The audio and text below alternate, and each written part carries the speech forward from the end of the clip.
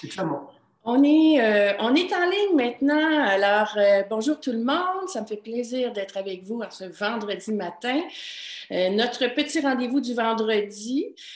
Cette semaine, on a la chance de recevoir François Martel, le propriétaire de l'Académie culinaire et de la réserve culinaire.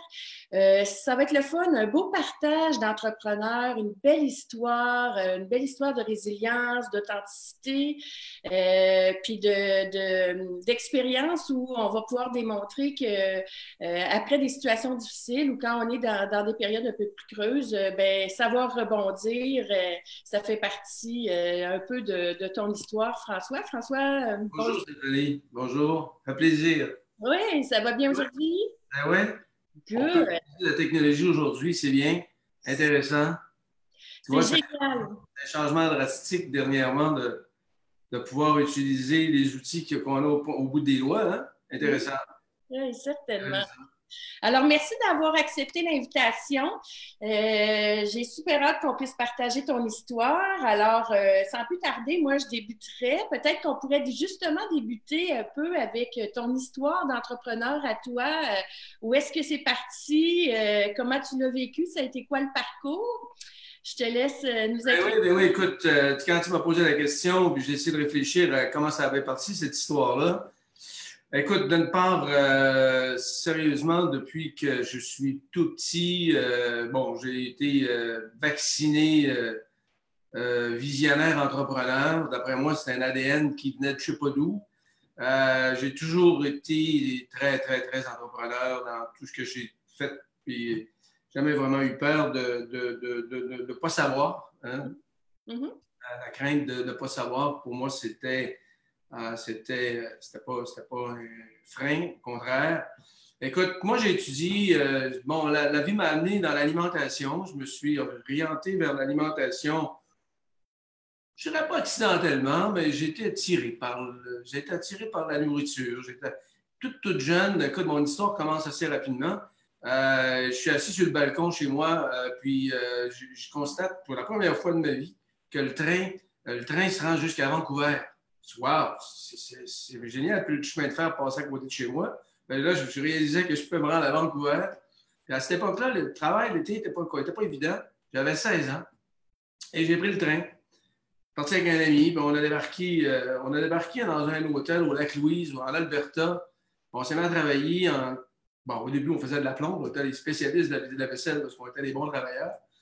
Et moi, j'avais été élevé en partie sur une ferme avec mes grands-parents. Puis, tu sais, ils nous avaient appris à travailler. Puis quand ils disaient faire la job, mais on faisait la job. Puis quand on est arrivé là-bas, bon, écoute, je ne parlais pas un mot anglais. C'était tellement drôle. Je savais dire yes puis no, puis je ne savais pas pourquoi. Puis, bon, on a commencé à travailler dans la plonge. Puis après ça, tout à petit, bon, on a vu notre talent, puis notre vouloir, puis notre énergie. Voilà, moi, puis mon chum, un de mes amis, j'étais descendu avec là-bas. Puis, ils nous ont donné des jobs. On a commencé à travailler dans la cuisine. Puis là, ben, j'ai commencé à être habitué à aller. Puis quand je suis revenu chez moi, cette année-là, il n'y avait pas d'école. Il y avait une grève. Je pense que l'école a commencé juste au mois d'octobre, novembre. On est resté très longtemps là-bas. On était les seuls staffs qui s'occupaient de la cuisine. Puis, parce que l'hôtel était toujours en opération. Puis c'était un hôtel c'était le château de la Louise, un petit peu à côté du château de la Louise, en tout cas. Puis, il y avait beaucoup, beaucoup de staff saisonniers. Puis, ils nous ont fait travailler beaucoup en cuisine dans les derniers temps. En tout cas, quand je suis revenu chez moi, passé l'été que mon père est décédé, ça a été vraiment un gros coup de barre drastique, mais on en reparlera un peu plus tard. Et au lieu d'aller, parce que j'avais manqué l'entraînement du hockey, j'étais un joueur de hockey, je n'ai pas pu jouer au hockey cette année-là. Et étant donné que j'avais l'expérience en cuisine, le directeur de l'aréna du village, de la petite ville où j'étais, m'a donné le poste de directeur et responsable du restaurant de l'aréna. OK. Là, c'était des frites et hot dogs à profusion. Je n'avais aucune expérience là-dedans, mais en tout cas, j'avais travaillé dans d'autres genres de cuisine, c'était un petit peu une cuisine plus sophistiquée que des hot dogs. Mais les gars, j'avais l'expérience en cuisine. Et bon, après ça, au fil des choses, quand c'était le temps de faire son choix de carrière, j'ai été attiré par la cuisine, donc l'administration derrière, et je suis rentré à l'Institut touristique du Québec en administration derrière. Donc, dans la cuisine, dans le cours que j'ai suivi, on avait en partie des cours de cuisine, on avait des cours d'administration. Et, euh, et aussitôt que j'ai eu fini l'école, j'ai tout de suite parti en affaires. On va dire, c'est quelqu'un qui cherchait un opérateur pour son terrain de golf. Et la condition, c'est il m'avait engagé, il m'a dit, j'engage pas personne, je vais engager une compagnie. Je dis, ouais, pourquoi une compagnie? Ah, ben, il dit, je veux travailler avec une compagnie. Fait que là, il dit, qu'est-ce qu'il faut que je fasse? Il dit, faut que tu te formes une compagnie. Ah oui, fait que là, tu sais, toute la paperasse, partir un business, le gouvernement, puis formulaire. Finalement, j'ai parti une compagnie qui était une compagnie de gestion de services alimentaires, si tu veux, à l'époque. Et j'ai toujours évolué là-dedans. Ça m'a amené à ouvrir une cuisine centrale. Entre le moment où j'avais une cuisine de production, j'étais je travaillais beaucoup en planification et organisation de services alimentaires. C'est à l'époque où la restauration boomait. Je ne sais pas si tu te souviens, la période où il y avait des brasseries, c'était à la mode. Il y a eu ensuite les food fairs, tu sais, les concepts d'un centre d'achat où il y avait des petits comptoirs de choses. J'ai un peu travaillé dans le développement de ces projets-là au début avec des promoteurs immobiliers. J'ai aidé à l'aménagement d'une chaîne hôtelière. J'ai fait de la planification de cuisine dans les grands hôtels parce que les grands hôtels, c'est des villes, hein, c'est vraiment c'est une cuisine centrale, la réception de la marchandise. C'est des villes. Donc, il y a plusieurs restaurants, service des banquets, le service aux chambres. Donc, j'ai été impliqué à travailler, à organiser des différents hôtels comme ça. Euh, j'ai fait un hôtel à Montréal à un moment donné, un petit hôtel qui était une des gros hôtels, je dirais, haut de gamme de l'époque, l'hôtel Vogue, je ne sais pas si tu as connu. J'avais fait de A à Z l'organisation de cet hôtel-là. Et ensuite de ça, j'ai parti l'académie. Alors, l'académie, pour moi, c'était un petit peu le centre névralgique de tout ce que je voulais faire. Tu sais, développement de recettes, on faisait des éditions. Parce que quand j'étais en planification de services alimentaires dans les grands hôtels, il fallait être structuré. Il fallait faire des planifications, il fallait faire des modules de politique et procédure. À un moment donné, à cette époque-là, il y avait des photos qu'il fallait faire avec les menus. Je ne sais pas si tu te souviens, il y avait des photos des plats dans les menus, un peu comme on voyait dans les brasseries à l'époque. Ça m'a amené à faire de la photo, ensuite, puis là, j'avais toujours en tête l'idée de comment est-ce qu'on pourrait faire pour euh, standardiser la recette ou les recettes. Parce que, tu sais, on avait dans les bars, il y avait des rings, les gars faisaient des rings un peu n'importe comment. Là, on disait non. Un Singapore Sling, c'est comme ça que ça se fait. Un dry martini, c'est comme ça que ça se fait. Puis là, on avait commencé à développer des recettes de bar, puis des recettes, puis aussi en cuisine, parce que là, la cuisine, ils faisaient n'importe quoi. Ça m'a amené à penser à comment structurer le savoir-faire, finalement, en cuisine. Oui. J'avais beaucoup de préoccupations là-dessus. Puis je me suis dit un jour, puis là, les ordinateurs commençaient à arriver. On revient en arrière. Puis là, je disais, c'est intéressant, parce que quand on mettait des ordinateurs dans les bars ou dans tu sais, je me disais, si on pouvait donner du savoir-faire. Si on pouvait. Et aujourd'hui, c'est super. On est rendu là, tu vois. Ouais. Je le voyais, moi, avant. Ça faisait longtemps que je le voyais. J'avais une vision de dire un jour, puis là, même mes amis me taquinent encore avec ça, parce que je disais tout le temps, un jour, on va tout savoir. Puis, tu sais, on va se prendre avec un bidule. Je pensais même pas à l'époque au téléphone, mais on va se prendre avec un téléphone à un moment donné, puis on va pouvoir savoir. Tu sais, la game du savoir, était hyper. Ben, elle l'est encore, plus que jamais, tu comprends? Mais moi, c'était ma vision. Moi, j'étais un visionnaire, puis les gens m'ont toujours appelé comme étant un visionnaire.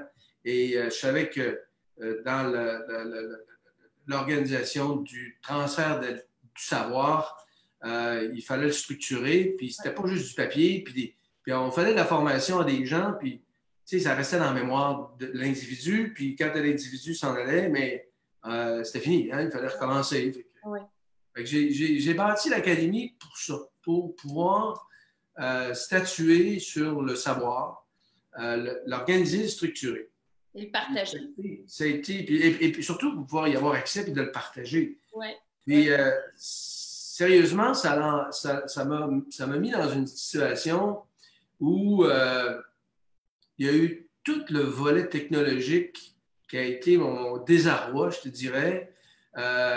J'avais une idée, mais j'étais tout le temps bloqué par la technologie.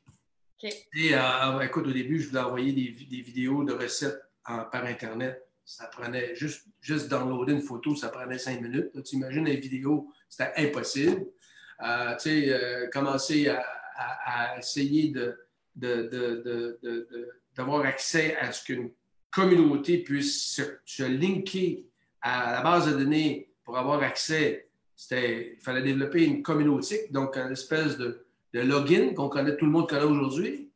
Il fallait prendre tout l'inventaire des vidéos puis le structurer dans un jukebox pour faire du streaming vidéo. Ouais. Wow, tu sais, là, je parlais en chinois, tout le monde dit, de quoi tu parles? Tu sais, c'est devenu des business de milliardaires aujourd'hui. Tu sais, YouTube, Facebook, c'est de la communauté, c'est de la... Toi, tu étais déjà dans l'ère virtuelle à essayer de voir, à pouvoir partager ton savoir sur des vidéos et tout ça, quand à l'époque, personne ne pensait encore à ça. Ah non, non, non. Puis même, tu en parlerais à des amis, puis ils me diraient, regarde, il l'avait vu venir, puis tu sais, il y avait comme un monde parallèle technologique autour de moi.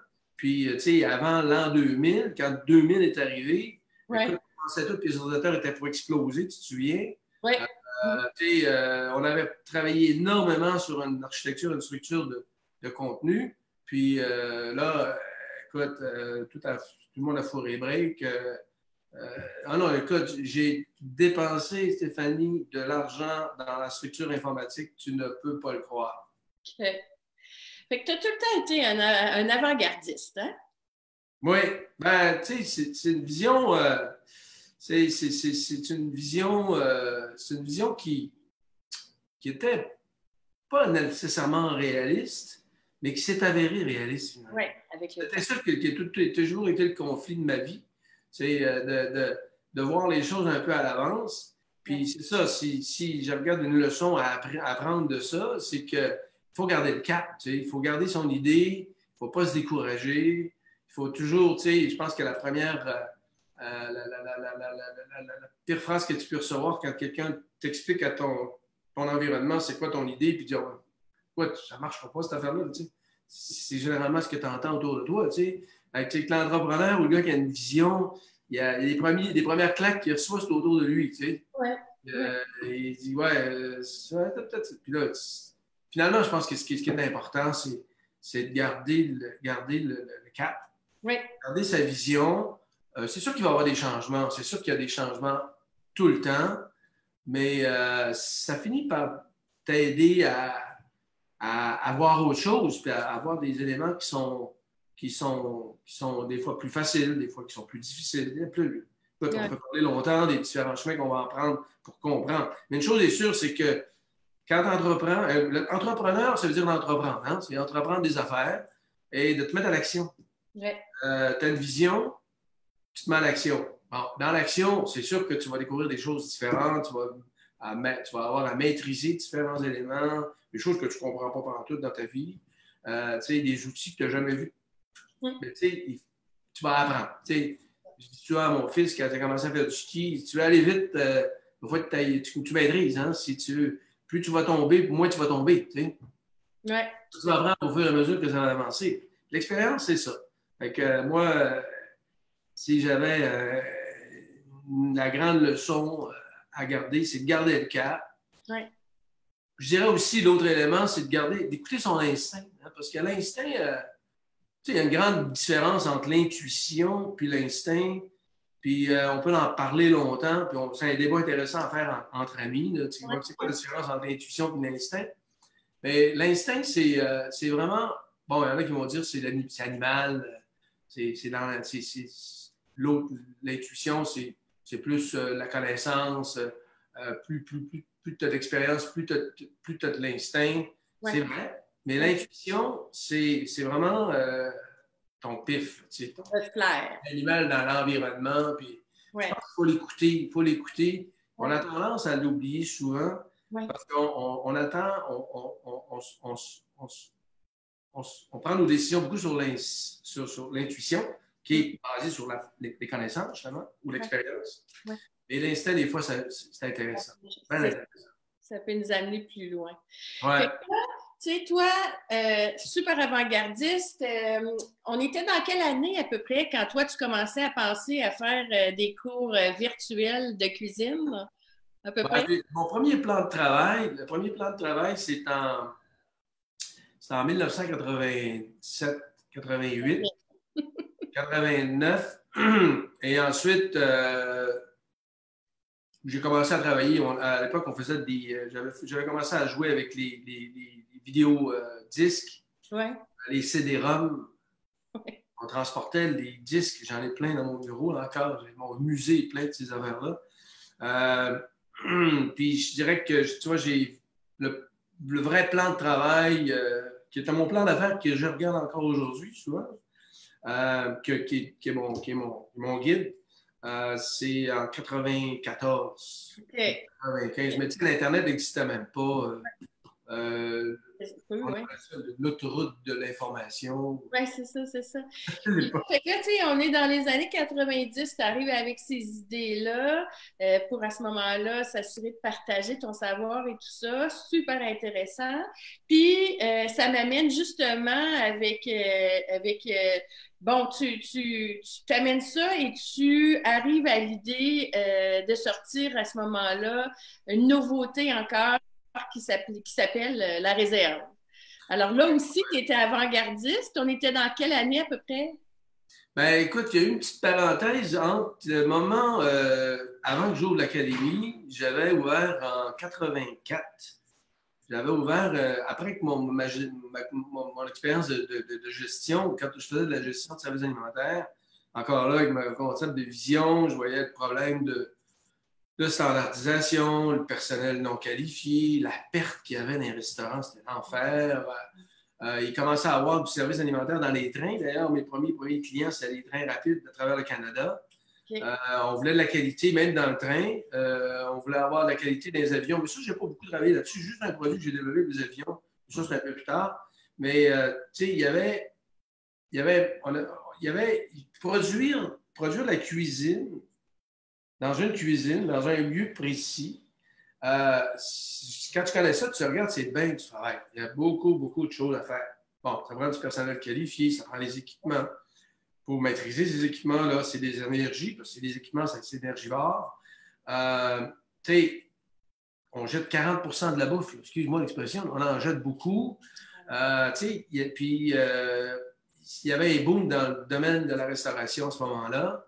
Puis je me disais, tu sais, encore là, je me suis dit, dans le futur, on va sûrement travailler dans les cuisines centrales, desservir, avoir moins de personnel qualifié au service, d'avoir des technologies qui vont nous permettre de servir de qualité sans être obligé d'éplucher carottes à tous les matins à chaque place que tu as travaillé. Oui, c'est ça, c'est ça. Donc, j'avais en 84, 85, entendu parler d'une technologie française de cuisson sous vide. Les Français sont toujours bien avant-gardistes dans la cuisine, puis ils sont encore. Et j'ai pris l'avion, j'ai dit, let's go, moi je vais aller voir ce qui se passe là-bas. J'ai rencontré l'inventeur de la cuisine sous vide, Georges Prélu, à l'époque, à Rouen. Je me suis intéressé à ça, je trouvais ça vraiment intéressant. Puis quand je suis revenu, j'avais ouvert un laboratoire de production de plats cuisinés sous vide.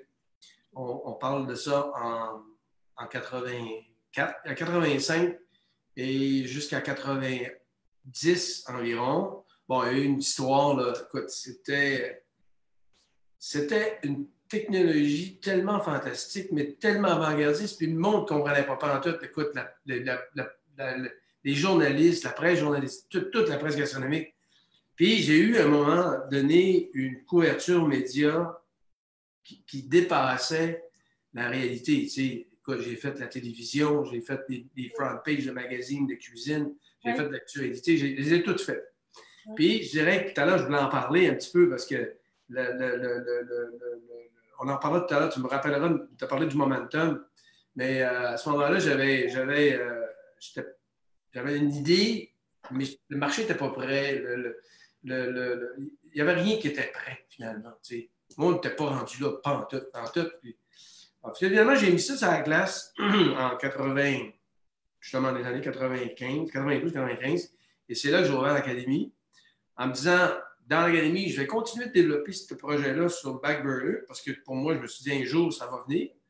Et je vais commencer à donner des cours. Fait avant que je revienne dans le concept de la cuisine de production, j'ai donné des cours de cuisine. Écoute, l'Académie culinaire, en 25 ans, il est passé 1,5 million de personnes. C'est énorme. On a eu 4 000, 5 000, on a eu beaucoup. On a commencé par donner des cours grand public. Ensuite, on a donné des... Non, on pourrait dire qu'on a commencé par les camps d'été pour enfants. Parce que quand je vais à l'académie, le mois de mai est arrivé, je dis, qu'est-ce qui va se passer? Je voyais qu'il n'y avait pas grand-chose qui se passait. Parce que l'académie, ça donnait des... On faisait de la consultation, de la production, des photos. On faisait toutes sortes on développait des recettes, on faisait des éditions. Puis, on aidait beaucoup les industriels. Je faisais beaucoup de recherche et développement pour les industriels. Quand est arrivé le mois de mai, il y a eu plein de choses qui sont arrivées dans ma vie. Moi, je ne rentrerai pas dans les détails, c'est trop compliqué. Mais j'ai l'idée de donner des cours pour les enfants avec les installations que j'avais pour l'été. Donc, des camps d'été pour enfants. Écoute, ça a parti en feu. On était un beau produit urbain, dernière minute, bien du monde qui travaillait, qui ne savait pas quoi faire de leur enfant durant l'été. Moi, écoute, médias embarqués là-dedans. Fait que les enfants, j'ai rempli la place d'enfants durant l'été, mais ça a fait qu'au mois de septembre suivant, les parents voulaient suivre des cours. J'ai monté un cours de cuisine pour les parents, pour les adultes. Cours de base, mais cours de base, c'était le cours le plus populaire. Puis j'ai même édité un livre de cuisine pour les bases à cuisine. Ça m'a amené à faire plein de livres de cuisine, mais que j'ai édité. Puis j'ai vendu, c'était un best-seller tout le temps. Je vendais 25-30 000 copies par impression. C'est énorme. Au Québec, quand tu vends 5 000 livres, tu es un best-seller. Moi, j'en vendais 25-30 000. Ça donne une idée que j'avais un bel exposure. Anyway, j'ai donné des cours de cuisine. Ça allait amener du cours privé, donc tout ce qui était corporatif, des entreprises qui avaient le goût de se faire des parties de cuisine, puis d'inviter des clients. Donc, on a fait beaucoup de ce cours de division privée. Et puis, là, il est arrivé ce qui est arrivé, le 15 ou 10 mars, bang, plus rien qui se passe. Les écoles sont finies. Moi, j'avais ouvert une école à Québec. Avant ça, j'avais à Laval, puis j'avais Montréal. J'avais beaucoup d'installations, bien des espaces, donner des cours de cuisine, puis d'un jour ou l'autre, plus rien. Quand tu dis zéro, aïe aïe. Là, tu claques sa gueule un petit peu, là, tu te dis, qu'est-ce que tu fais? Mais ce qui était intéressant, c'est que j'avais développé avec mon concept de plat cuisiné sous vide. L'année passée, de 2 ans, j'avais, en tout cas, un industriel m'avait demandé d'organiser un concept de cafétéria d'entreprise pour son entreprise. Parce qu'on avait plusieurs mandats à l'Académie. On ne fait pas juste la formation, comme je t'expliquais. On fait de la formation, on fait du développement, on fait de la recherche, on fait des recettes, on fait l'édition. En tout cas, il y a un client qui me demande, j'aimerais ça que tu m'organises un concept de cafétéria pour mon entreprise, mais je ne veux pas d'opérateur. Hey, challenge, super pour moi, mais je dis, wow, c'est le fun. Puis je le voyais depuis longtemps. Un jour, on va avoir des services alimentaires où il n'y aura pas personne dedans. J'appelle ça une machine distributrice qui nourrit le monde. Ouais. Un challenge qui m'allumait beaucoup. J'ai sorti mes vieilles recettes de plats cuisinés sous vide. On les avait améliorées. Je les ai toujours améliorées tout le temps. J'appelais ça un petit projet de vendredi après-midi où, avec les gars de laboratoire, on continuait de développer, puis de tester, puis d'essayer. L'autre chose aussi qui me stimulait, c'est quand j'arrivais chez moi, ma femme m'appelait « Chérie, qu'est-ce qu'on mange pour souper? » Là, moi, j'arrivais toujours très tard le soir. Je disais, un jour, je vais pas sortir de sous vide. J'ai arrêté de m'appeler. Fait que j'ai développé une machine. Je me suis embarqué dans une machine distributrice, un robot intelligent qu'on met dans les entreprises, je dirais, un peu sophistiquées, là, des bureaux d'avocats, des bureaux d'architectes, des bureaux d'ingénieurs, où ils ont tous un espace pour manger, où ils ne veulent pas d'opérateurs, puis ils n'ont pas de place pour un opérateur. Tu sais, vraiment une cafétéria avec des opérateurs, puis des équipements, ça prend beaucoup de monde. Puis aujourd'hui, il y en a de moins en moins. Puis, tu sais, le monde se plaint tout le temps que c'est pas bon. Oui. Il y a 500 employés, ça prendrait 500 mères dans la cuisine. Ça te donne une idée?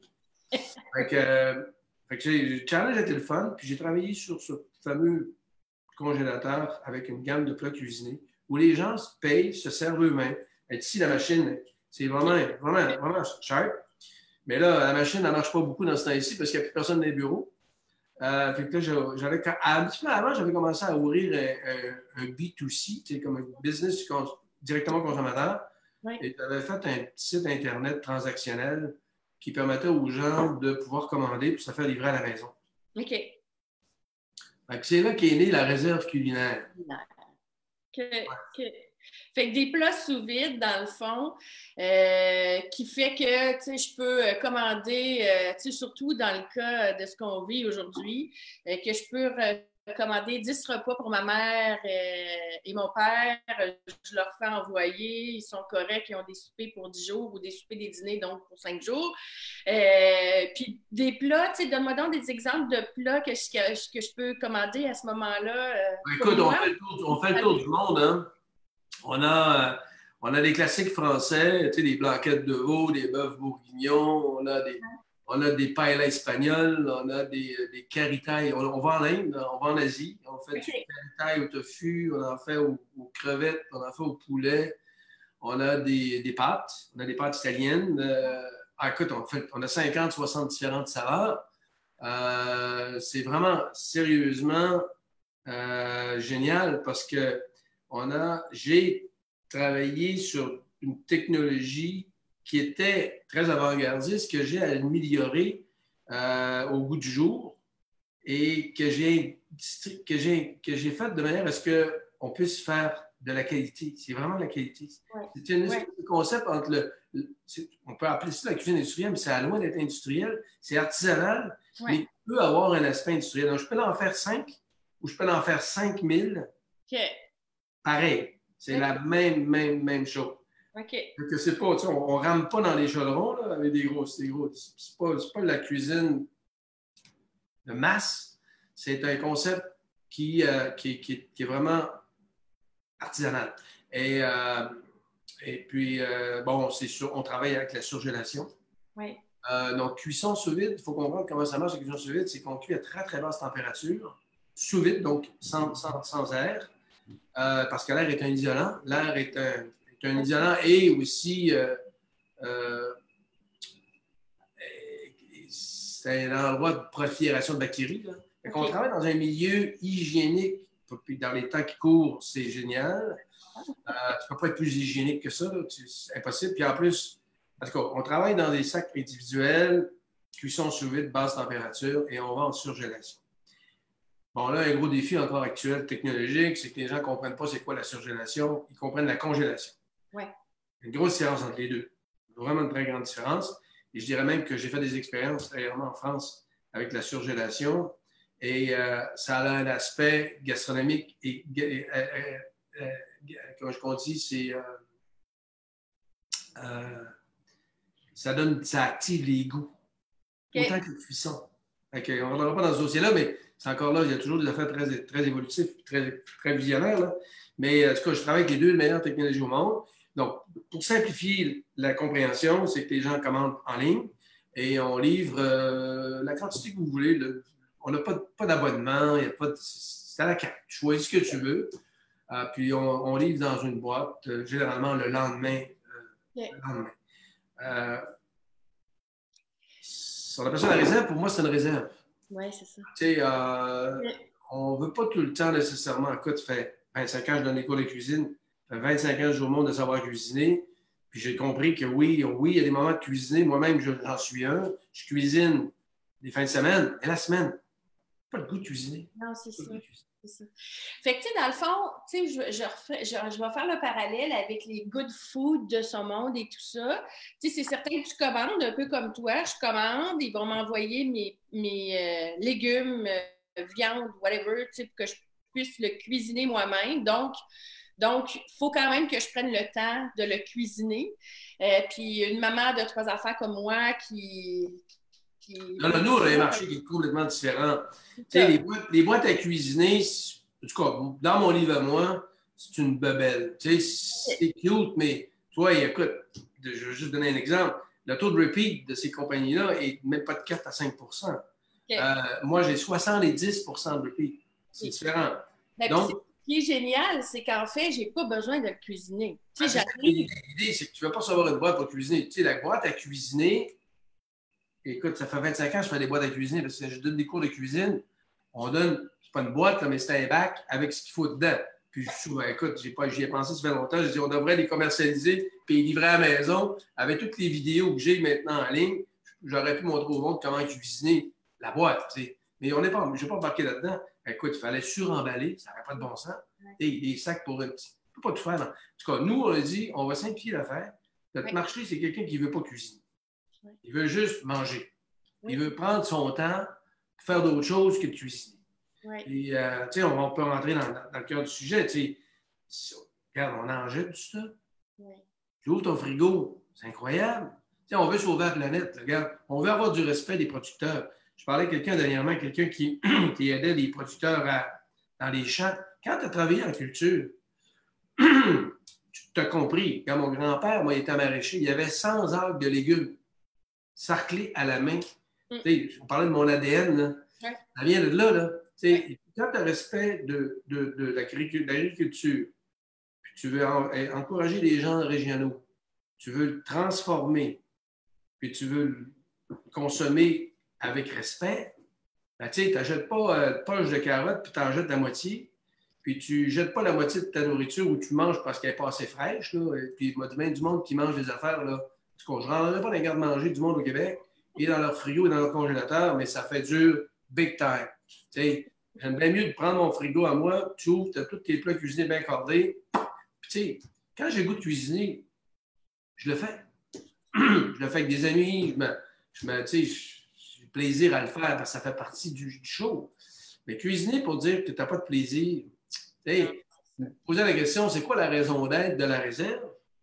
Ben, c'était la même raison d'être que j'avais à l'époque quand je parlais de l'académie. Je disais, la raison d'être, c'est de rendre accessible à tous le plaisir de bien manger.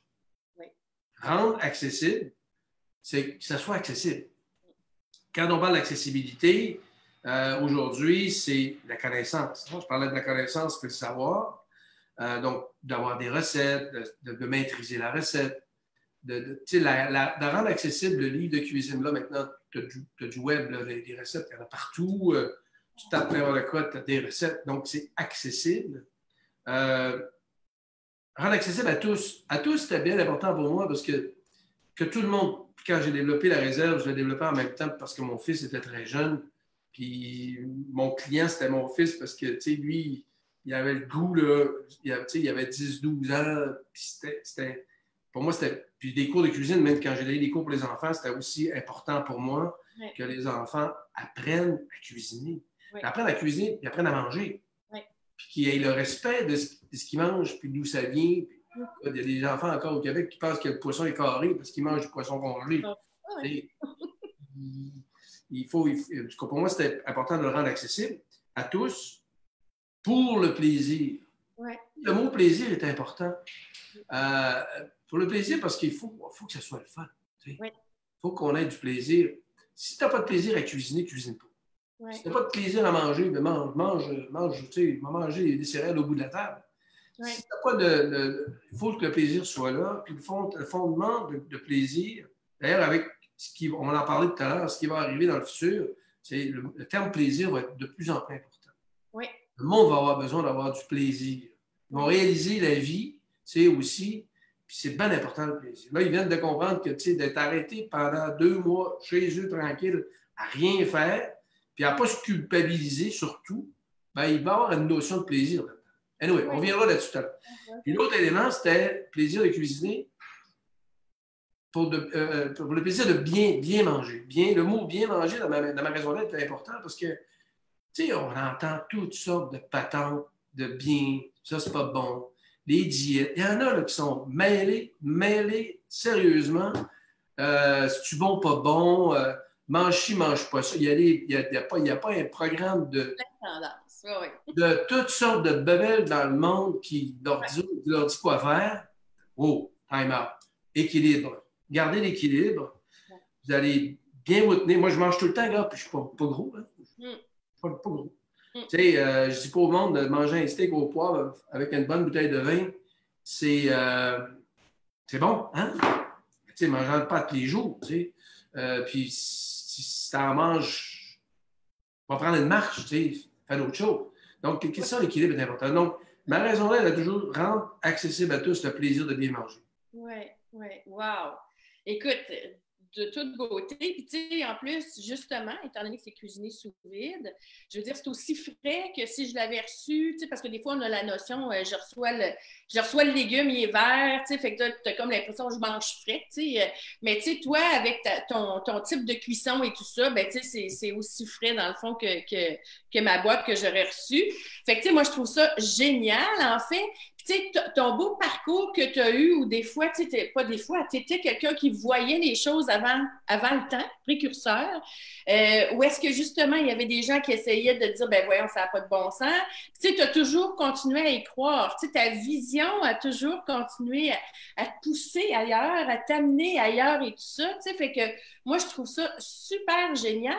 Puis justement, tu sais, il y a des fois que ça a bien été, des fois que c'était moins bien. Tu sais, qu'est-ce que tu sais, dans le fond, on a plein d'entrepreneurs qui écoutent et tout ça. Fait que qu'est-ce qui, pour toi, est justement des leçons ou qu'est-ce que tu leur dirais, là, tu sais, qu'est-ce que tu leur dirais? Puis en même temps, j'invite les gens à nous écrire si jamais ils ont des questions ou quoi que ce soit, des commentaires.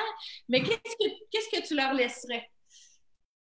Ouais, écoute, c'est une question un peu. Je parlais tout à l'heure d'instinct, de vision. Je dirais que les entrepreneurs généralement sont animés par une vision. Hein? On a une vision, on voit quelque chose, on a, on a une idée. Mm. Je dirais qu'il faut tenir son idée. Oui. Il faut la tenir, il faut la. Si on y croit vraiment, puis Oui. quand l'idée te donne des frissons dans le dos, Oui. ça a un bon signe, puis de s'écouter. Pas écouter les autres. Je disais tout à l'heure, tu sais, quand tu en parles à ton environnement, puis la seule chose qu'ils vont dire, ah, ça doit exister. Ah, il y en a un qui l'a fait. Ça marche pas, ça, cette affaire-là. Là. Ah non, il y en a déjà. Tu sais, c'est pas grave. C'est pas grave. Écoutez pas ça. Oui. Continuez votre démarche. Continuez votre ascension. Oui. Il va en avoir des troubles, il va en avoir des problèmes, c'est certain. Je pense que ceux qui sont forts comme entrepreneurs, c'est ceux qui ont une bonne tank à gaz. Oui. Et puis même s'ils n'ont plus de gaz, ils roulent encore ces vapeurs de gaz. Moi, j'ai roulé bien souvent plus de gaz. Là. Puis, tu sais, encore l'autre fois, je me levais le matin, puis je continuais. Puis je me demandais d'où ça venait. Je pensais les vapeurs. Je ne sais pas. Comme on disait chez nous à l'époque. Moi, j'étais un gars du Lac-Saint-Jean. Ça fait que, dire, on avait des expressions colorées là-dessus. Oui. Puis, tu sais, je dirais, continuer. Puis pas de se faire abattre par d'autres choses. Il va y en avoir le rebond, là, le rebond a toujours un côté positif. Tout le temps. Regarde ce qui s'est passé. Donner un exemple. Je me suis levé un matin, plus de revenus. Zéro. Une grosse machine, là j'ai dit, wow, qu'est-ce qu'il faut que je fasse? Moi, j'avais quand même, tu sais, je me suis pas levé d'un matin, j'ai dit, je vais faire des plats cuisinés sous vide, c'est pas vrai, je les avais déjà. Mais tu sais, ça a ouvert une porte, let's go, on s'en va dans cette direction-là. Le vent a tourné, on s'en va par là. Bon, on a perdu du monde, l'équipe a changé. On the hell, tu sais. Regarde, si tu veux, je te dis. Il y a plein d'exemples. Ils ont atterri sur la Lune comme ça. Ils ne savaient pas pantoute, les gars, quand ils sont partis. Là. Ils ont décidé, on a spot, par où atterrir. Puis, on pensait qu'on regardait ça à la télévision dans les années 79. On disait, les gars sont organisés. Pas en tout. Ils étaient partis, les gars, c'est une fusée. On s'en va là. C'est vrai? Ah oui, il aurait pu. Ah oui, tout à fait. Donc, je dirais aux entrepreneurs, regarde, keep going. Tout va changer. Tout va changer. Ben oui, puis regarde, en même temps, tandis qu'on en jase, tout va changer. Tu sais, comment tu le vois, toi, ce monde-là, après le COVID, là, tu sais, après que cette pandémie-là soit terminée? Comment tu vois, justement, tu as parlé tout à l'heure de plaisir. Qu'est-ce que tu penses que ça va nous amener dans notre monde, autant professionnel que personnel? Comment tu vois ça? Ben, écoute, c'est un peu une question à double face, mais je pense que ça va créer le phénomène de la communauté. Les cellules, autant commerciales agriculture régionale, on en parle beaucoup, tu sais, d'acheter régional. Je parle, moi, c'est un phénomène de cellules. Euh, Puis je vais faire un drôle de parallèle avec ça. Je vais venir dans les années avant le Moyen Âge. Les gens s'installaient dans des châteaux, pas pour se protéger contre les flèches et les batailles, se protéger contre les bactéries. Okay. Les châteaux ont été construits pour, écoute, quelqu'un qui rentrait dans un château et qui avait un virus, tout le monde mourait. Il avait compris ça faisait longtemps. Puis des fois, tu te promènes dans le monde, puis des fois, je me dis, comment ça fait que ces gars-là se sont installés sur le top d'une montagne? Comment est-ce qu'ils ont fait pour se rendre là? J'étais en Grèce la dernière fois, je dis, ça, tu sais, monter de la roche une par une, tu dis, il y a une raison, là. Ouais, il n'y avait-tu pas de se faire voler? Pense pas. Il y avait peur des bactéries. Hein? Puis ils se sont installés en château. Bon, on reviendra après la période où ils ont voulu tout le monde s'allier, puis créer la France, créer l'Espagne. Mais d'origine, c'était des châteaux. Fait que je pense qu'on va revenir à cette période où on va avoir des communautés, on va se tenir en gang, on va se connaître, on va moins partager, d'après moi, pendant un bout de temps avec bien du monde. Tu sais, d'aller s'asseoir dans un party où tu ne connais pas personne, on va rester un petit peu sur nos gardes. Là, ben, ces affaires-là, ouais. Ce matin, je débarquais de l'ascenseur, la fille, elle pensait que c'était un... J'ai l'impression que quand la porte a ouvert, elle pensait que c'était un tigre qui sortait. C'est pas compliqué, j'avais l'impression de... Okay. Peur de moi. Fait que ça va rester. Ouais, ce qui va se passer, c'est que, d'après moi, on va venir un petit peu à l'étape des châteaux. Les gens vont se bâtir des murailles autour d'eux. Bon, avec la technologie maintenant, on va être capable de communiquer sans se toucher.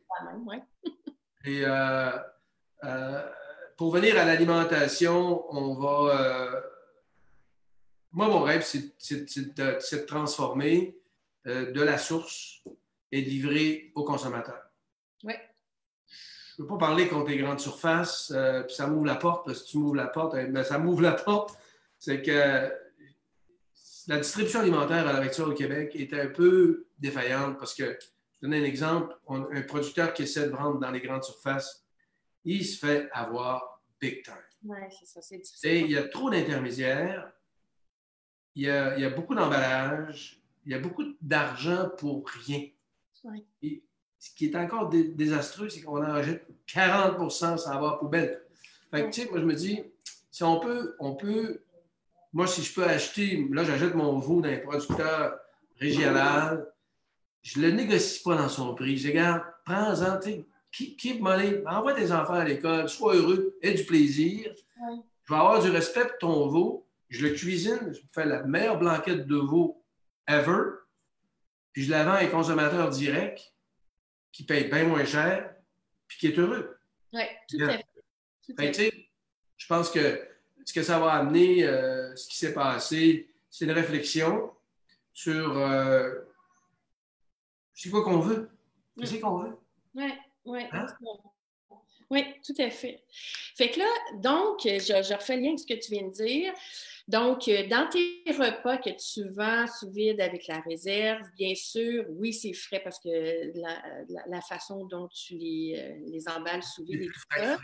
De plus, bon, je sais que ça va être des produits d'ici. Fait que ça aussi, tu sais, je contribue doublement. Je contribue en achetant de toi, mais je contribue en arrière avec tous ceux qui t'ont fourni aussi. Tu sais, pour moi, je pense que ça a une valeur ajoutée versus aller acheter les choses que je vais cuisiner moi-même chez Costco, mais qui ne viendront pas nécessairement d'ici. Je fais juste le parallèle.